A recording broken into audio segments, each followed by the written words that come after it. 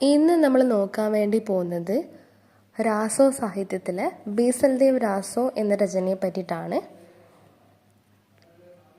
ബീസൽദേവ് രാസോ महत्वपूर्ण तथ्य.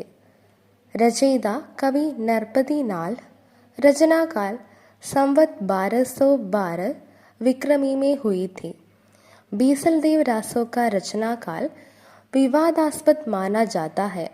शुक्ल जी का मत आचार्य रामचंद्र शुक्ल के अनुसार इसका रचनाकाल संवत 1212 है.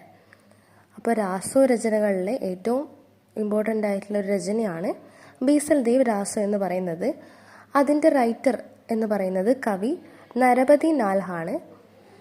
ഇതിൻ്റെ രചനാകാലം സംവത് 1212 വിക്രമിയായിട്ടാണ് കണക്കാക്കുന്നത്. ബീസൽദേവ് രാസോയുടെ രചനാകാലത്തെ പറ്റി പല വിദ്വാൻമാർ പല അഭിപ്രായങ്ങളാണ് പറയുന്നതെങ്കിലും ആചാര്യ ശുക്ലജിയുടെ അഭിപ്രായം വെച്ച് ബീസൽദേവ് രാസോ എന്ന് പറയുന്ന ഈ ഒരു രാസോ ഗ്രന്ഥം എഴുതിയിട്ടുള്ളത് സംവത് 1212 ബീസൽദേവ് രാസോ കാവ്യക്ക് വിശേഷതായി. ഇനി നമുക്ക് ബീസൽദേവ് രാസോ എന്ന രാസോ രചനയുടെ വിശേഷതകൾ എന്താണെന്ന് നോക്കാം. ये 128 छंदों की श्रृंगार परक गेय रचना है. एक विरह काव्य है. नायक विग्रहराज चतुर्थ या बीसलदेव है. नायिका രാജ്മതി या ജയ്സൽമർ की രാജകുമാരി. അപ്പോൾ ബീസൽദേവ് രാസോ എന്ന് പറയുന്നത് 128 ചന്തുകളിൽ എഴുതിയിട്ടുള്ളൊരു ശൃംഗാരപരക് ഗേയ രചനയാണ്. ഇതൊരു ശൃംഗാരപരമായിട്ടുള്ളൊരു രചനയാണ്. ഇത് 128 ചന്തുകളിലാണ് എഴുതിയിട്ടുള്ളത്. ഏക്ക് വിരഹകാവ്യ.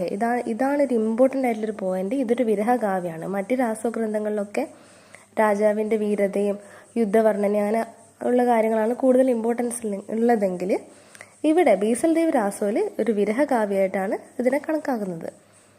നായക് വിഗ്രഹരാജ് ചതുർത്ത് അല്ലെങ്കിൽ ബീസൽദേവാണ് ബീസൽദേവ് രാസോൻ്റെ നായക്. അങ്ങനെയാണ് ഈ രചനക്ക് ആ ഒരു പേര് വന്നിട്ടുണ്ടാവുക. ബീസൽദേവ് എന്ന് പറയുന്നതും വിഗ്രഹരാജ് ചതുർത്ത് എന്ന് പറയുന്നതും ഒരാളുടെ പേര് തന്നെയാണ്. നായിക രാജ്മതിയാണ്. രാജമതിയെ ജയ്സൽമറിലെ രാജകുമാരിയായിട്ടാണ് പറയുന്നത്. ചില സ്ഥലങ്ങളിൽ രാജമതിയെ പർമാർ വംശി രാജാവായിട്ടുള്ള ഭോജിൻ്റെ മകളായിട്ടാണ് പറയുന്നത്. പക്ഷേ ബീസൽദേവ് രാസോൻ്റെ വേറെ ഭാഗങ്ങളിലൊക്കെ ആ രചനയുടെ തന്നെ മറ്റു ഭാഗങ്ങളിൽ രാജമതി ജയ്സൽമറിലെ രാജകുമാരിയാണെന്ന് പറയുന്നുണ്ട്. ഇനി ബീസൽദേവ് രാസോക്ക് കഥ. ഇനി നമുക്ക് ബീസൽദേവ് രാസോൻ്റെ ആ ഒരു സ്റ്റോറി സംക്ഷിപ്ത രൂപത്തിൽ നോക്കാം. राजा बीसलदेव को अपने वैभव पर बहुत अभिमान था. एक दिन वह अपनी रानी राजमती से ये बात कहता है. तब राजमती कहती है कि उड़ीसा के राजा के पास बहुत हीरे हैं और उनका ऐश्वर्य इससे भी अधिक है. രാജാവായ ബീസൽദേവിന് അദ്ദേഹത്തിൻ്റെ സമ്പത്തിലും ഐശ്വര്യത്തിലൊക്കെ വളരെയധികം അഭിമാനം ഉണ്ടായിരുന്നു. ഒരു ദിവസം അദ്ദേഹം തൻ്റെ റാണിയായിട്ടുള്ള രാജമതിയോട് ഇതിനെപ്പറ്റി സംസാരിക്കുന്നു. അപ്പോൾ രാജമതി പറയാണ്, ഒഡീസയിലെ രാജാവുണ്ട്, അദ്ദേഹത്തിൻ്റെ അടുത്ത് ഒരുപാട് സമ്പത്തുണ്ട്, ഒരുപാട് ഐശ്വര്യമുണ്ട്, അത് നിങ്ങളുടെ ഐശ്വര്യത്തെക്കാളും വളരെയധികമാണ് എന്ന് പറയുന്നു. यह सुनकर बीसलदेव प्रतिज्ञा करता है कि जब तक वह ओडिशा से हीरे लेकर नहीं लौटेगा तब तक नहीं आएगा. वह ओडिशा के राजा के यहाँ 12 वर्ष तक नौकरी करता है. അപ്പോൾ ഇത് കേട്ടപ്പോൾ ബീസൽദേവർ പ്രതിജ്ഞ എടുത്തു, എപ്പോൾ വരെ ഒഡീസയിൽ നിന്ന് ആ ഒരു രത്നങ്ങളും സമ്പത്തൊക്കെ എടുത്തിട്ട് അയാൾക്ക് തിരിച്ചു വരാൻ വേണ്ടി സാധിക്കുന്നില്ല, അപ്പോൾ വരെ അയാൾ തിരിച്ച് സ്വന്തം രാജ്യത്തേക്ക് വരില്ല എന്ന് പറഞ്ഞിട്ട് പ്രതിജ്ഞ എടുത്തു. എന്നിട്ട് അയാൾ ഒഡീസയിലെ ബീസൽദേവ് എവിടേക്ക് പോയി? ഒഡീസയിലേക്ക് പോയി. എന്നിട്ട് അവിടുത്തെ ആ ഒഡീസയിലെ രാജാവിൻ്റെ അവിടെ 12 വർഷത്തോളം ജോലി ചെയ്യുകയാണ് ചെയ്യുന്നത്. इधर रानी राजमती 12 वर्षों तक विरह में रहती है. अंत में वह उड़ीसा के राजा के पास संदेश भिजवाती है. सच्चाई जानकर उड़ीसा के राजा बीसलदेव का सम्मान करते हैं और उसे संपत्ति सहित विदा करते हैं. അപ്പോൾ 12 വർഷത്തോളം ഒഡീസയിലേക്ക് പോയിട്ടുള്ള ആ ഒരു ബീസൽദേവ് തിരിച്ചു വന്നില്ല. റാണി ഇവിടെ അവരുടെ നാട്ടിലാണുള്ളത്. അപ്പോൾ 12 വർഷത്തോളമുള്ള ആ റാണി രാജമതിയുടെ ആ ഒരു വിരഹ വർണ്ണനയും നമുക്ക് കാണാൻ വേണ്ടി പറ്റും രാസോ ഗ്രന്ഥത്തിൽ. അവസാനം എന്ത് സംഭവിച്ചു? ഒഡീസയിലെ രാജാവിൻ്റെ അടുത്തേക്ക് ഇവിടെ നിന്നൊരു സന്ദേശം അയച്ചു. അപ്പോൾ സത്യം മനസ്സിലാക്കി ഒഡീസയിലെ രാജാവ് ബീസൽദേവിനെ ഒരുപാട് രത്നങ്ങളും സമ്പത്തൊക്കെ കൊടുത്തിട്ട് തിരിച്ച് രാജമതിയുടെ അടുത്തേക്ക് അയക്കുകയാണ്. बीसलदेव रासो की कथा 4 खंडों में विभाजित है. पहले खंड में राजा बीसलदेव और राजमതി के विवाह का वर्णन है. അപ്പോൾ ബീസൽദേവ് രാസോ എന്ന് പറയുന്ന രാസോ ഗ്രന്ഥം 4 പാർട്ടായിട്ടാണ് ഉള്ളത്.